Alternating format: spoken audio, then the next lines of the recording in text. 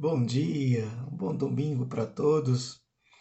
No vídeo anterior eu falei um pouco sobre o medo, ah, o estabelecimento do medo como uma ferramenta política.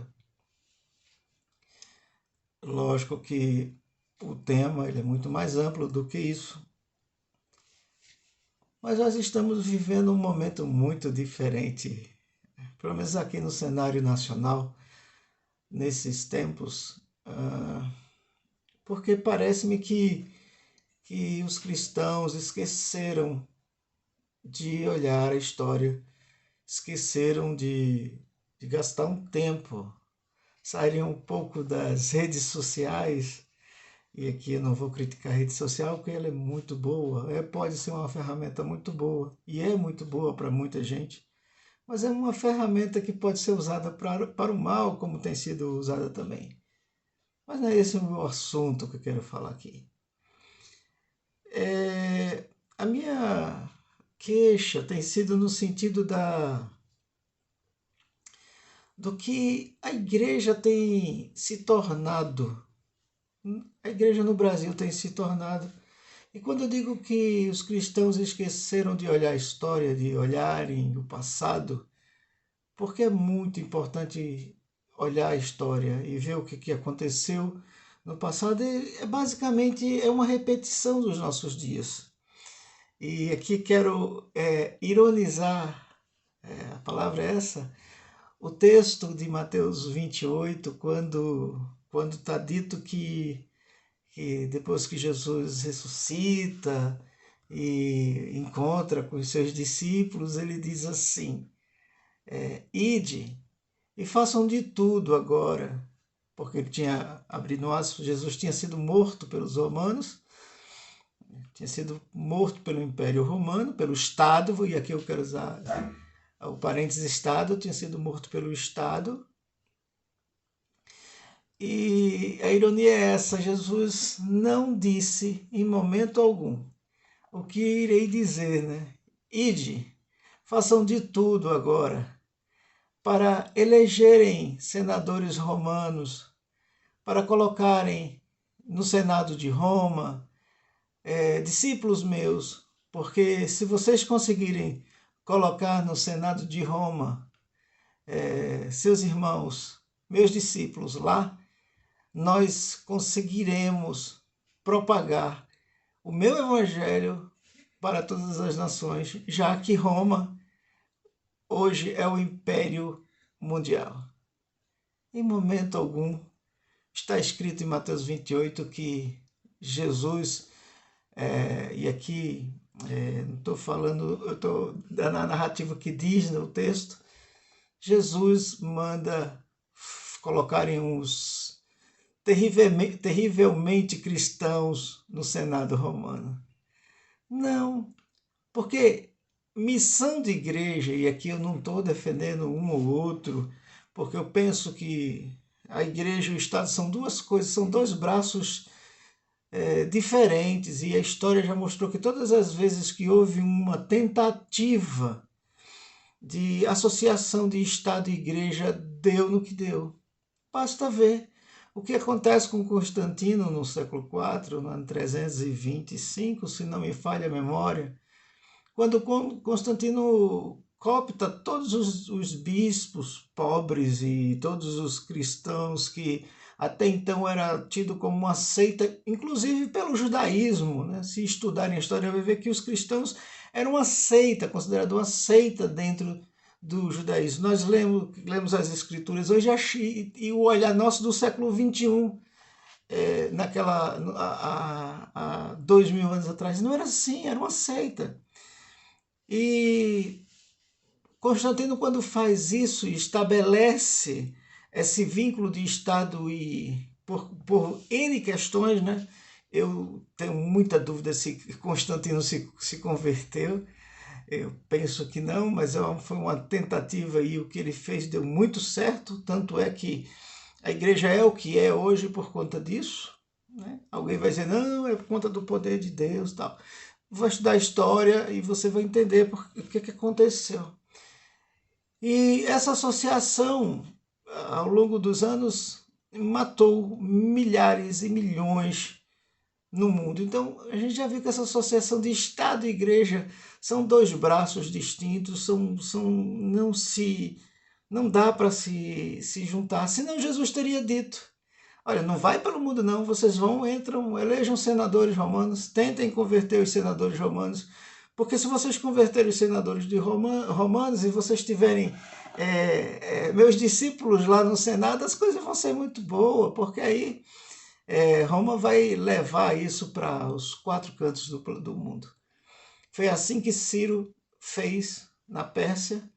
Ele assumiu no seu reino quando o deus principal era Ahura Mazda, mas ele permitiu que cada estado conquistado, cada nação conquistada mantivesse os seus próprios deuses. Ele foi muito mais esperto do que os imperadores romanos, e Constantino não tornou, é lógico que isso vai acontecer depois com Teodósio, mas ele faz o que ele faz com que haja essa cooptação entre Estado e Igreja. E todas as vezes que a associação de Estado e Igreja se tentaram andar juntas, deu desgraça, deu morte. E o que nós estamos vendo agora no cenário nacional é exatamente essa tentativa de Estado, de se tornar um Estado. Eu tenho um certo receio de que o Brasil se torne caminho para uma teocracia cristã. Muita gente vai dizer: mas Marcos, seria maravilhoso se todo mundo fosse cristão. Gente, olha os dados do IBGE, que diz que cerca de 85%, 86% da população dita que confessa algum credo é cristão. Olha as mazelas que o nosso país vive, e olha que 86% se declaram cristãos. Olha que não são discípulos do Deus que eles professam. Do Deus do amor, a gente vê ódio. Do Deus da paz, a gente vê guerra. Do Deus de juntar, de somar, de unir, de ligar, nós vemos separação. Querem separar os nordestinos, querem separar todo mundo que depende de algum programa social. E aqui meu voto não é para nenhum candidato, é para que vocês enxerguem que a associação de Estado e Igreja nunca deu certo na história. Se você pegar e sentar qualquer bom livro de história, a internet é uma maravilha nesse sentido, né? Porque tem aí o YouTube, tem Google para se pesquisar. Se as pessoas gastassem um pouquinho mais de tempo, iam entender que todas as vezes que houve essa associação de Igreja e Estado deu ruim.